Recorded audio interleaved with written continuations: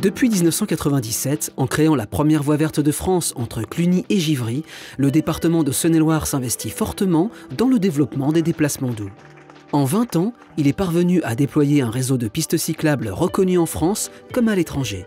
Depuis 2010, près de 11 millions d'euros ont été investis pour développer environ 110 km d'itinéraires sur 4 axes stratégiques. La voie bleue le long de la Saône, appelée Voie bleue Moselle-Saône à vélo, dans le cadre de la mise en tourisme interrégional de l'itinéraire Lyon-Luxembourg.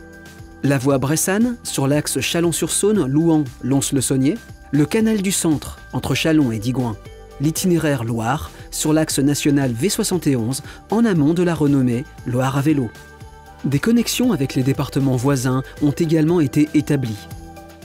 Aujourd'hui, la Saône-et-Loire déroule un formidable réseau départemental sur près de 280 km de voies vertes et bleues.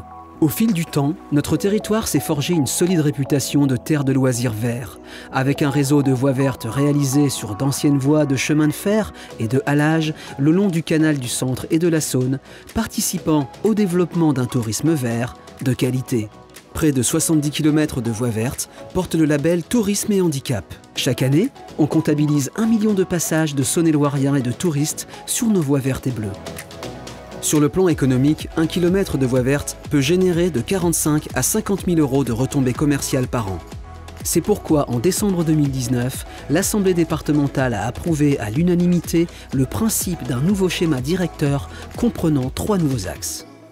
Une liaison Cluny-Charolles-Paray-le-Monial qui permettra d'assurer une jonction directe entre la Saône et la Loire. Une ramification passant par Gibles, Laclette et Saint-Edmond dans la perspective d'une connexion au département de la Loire. Un itinéraire reliant Autun à Digoin dans le secteur du Val d'Arroux. Ces 3 nouveaux axes représentent un supplément d'environ 170 km.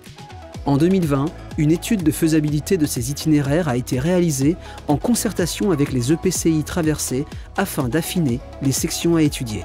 En 2021, les études de faisabilité se poursuivront afin d'affiner les tracés qui présentent plusieurs variantes.